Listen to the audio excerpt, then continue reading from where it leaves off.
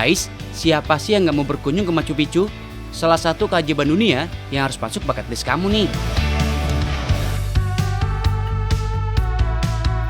Nah, untuk menuju ke sana, kita harus terbang ke negara Peru. Dan kota yang harus kalian kunjungi pertama kali di Peru adalah kota Cusco.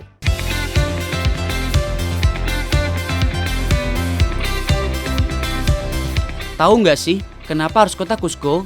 Karena guys, negara Peru yang terletak di ketinggian lebih dari 3.000 meter di atas permukaan laut membuat para turis harus beradaptasi menyesuaikan pernapasan terlebih dahulu. Minimal sih 2 harian lah. Kalau enggak, efeknya bisa fatal nih. Terjadi sesak nafas dan parahnya lagi, pingsan. Duh, nggak mau kan lagi liburan sakit? Bayangin guys, puncak Gunung Merapi aja tingginya hanya 2.930 meter. Hahaha.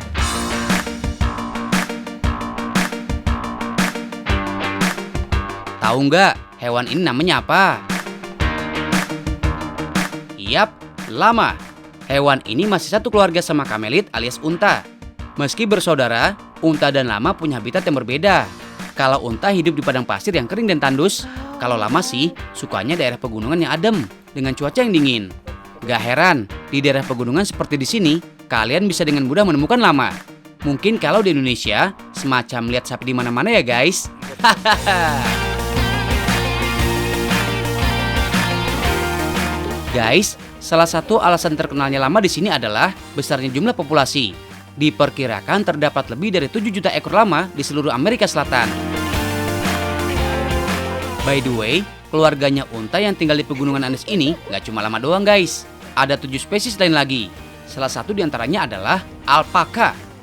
Jadi di tempat ini tidak hanya ada lama saja, tapi ada 4 jenis binatang yang berasal dari keluarga unta. Nah, yang tidak ada matanya ini, matanya tertutup oleh rambut-rambutnya adalah alpaka baby.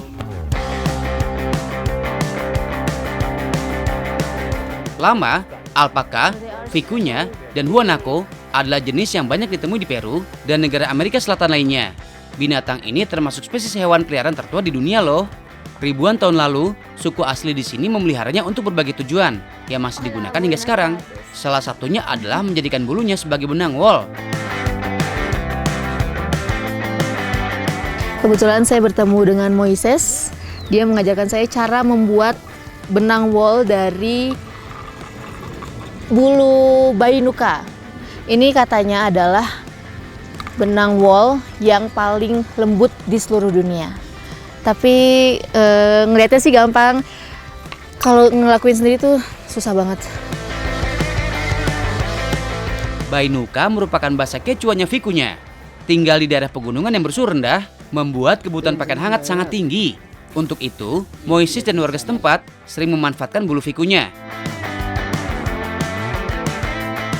Nah, ini benang wol yang sudah jadi, tapi butuh 1 bulan untuk membuat benang wol seperti ini.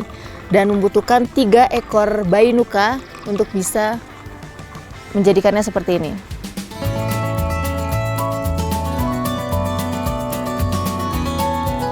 Harga pakaian dari bulu vicuña dipatok sangat tinggi karena 1 ekornya hanya bisa menghasilkan wol seberat 0,5 kg saja per tahun. Tapi tentunya kualitas, kelembutan, dan kehangatan bulunya nggak usah diragukan lagi guys. Guys, sementara bulunya dijadikan pakaian, daging lama dan jenis kamelit lainnya biasa dijadikan makanan. Dagingnya terkenal enak banget loh. Pokoknya kalau di Indonesia, lama itu ibarat domba atau kambing gitu deh. Dari mulai kulit sampai dagingnya kepake semua guys. Hahaha.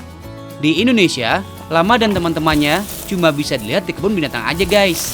Jadi kalau mau lihat lama di habitat aslinya, cus nabung dan berangkat ke Peru.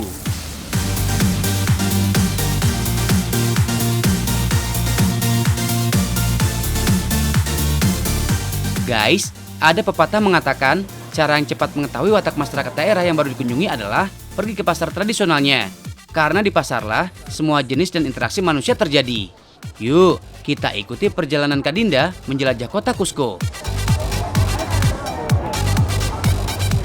Kali ini Ibrahim mengajak saya ke Pasar San Pedro, salah satu pasar paling penting yang ada di kota Cusco dan pasar yang khas yang ada di kota Cusco ini. Karena di dalamnya kita bisa melihat berbagai barang tradisional yang dijajakan dan juga katanya di dalam kita bisa melihat berbagai barang yang disediakan untuk keperluan masyarakat Inka untuk beribadah. Selamat.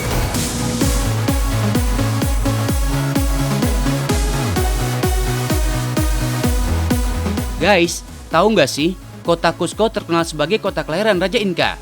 Bangsa Inka sendiri adalah nenek moyangnya orang-orang Peru dan beberapa negara di Amerika Selatan.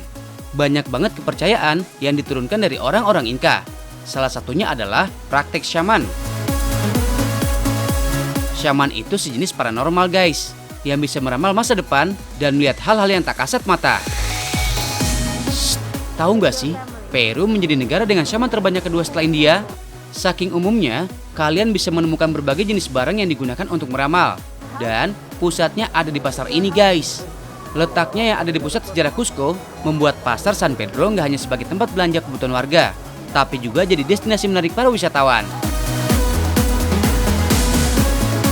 Nah, di dalamnya ada beberapa toko yang nggak biasa. Kalau dilihat sekilas sih, nggak ada perbedaan mencolok. Tapi kalau diperhatiin lagi, barang yang dijual nggak hanya sekedar obat-obatan herbal.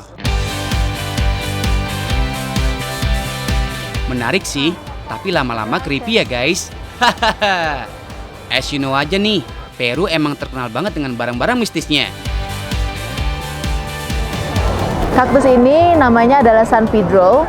Jadi orang-orang Inka pada zaman dulu sering mengkonsumsi cairan yang terdapat di dalam kaktus ini untuk mendapatkan kebahagiaan dan juga untuk melihat masa depan.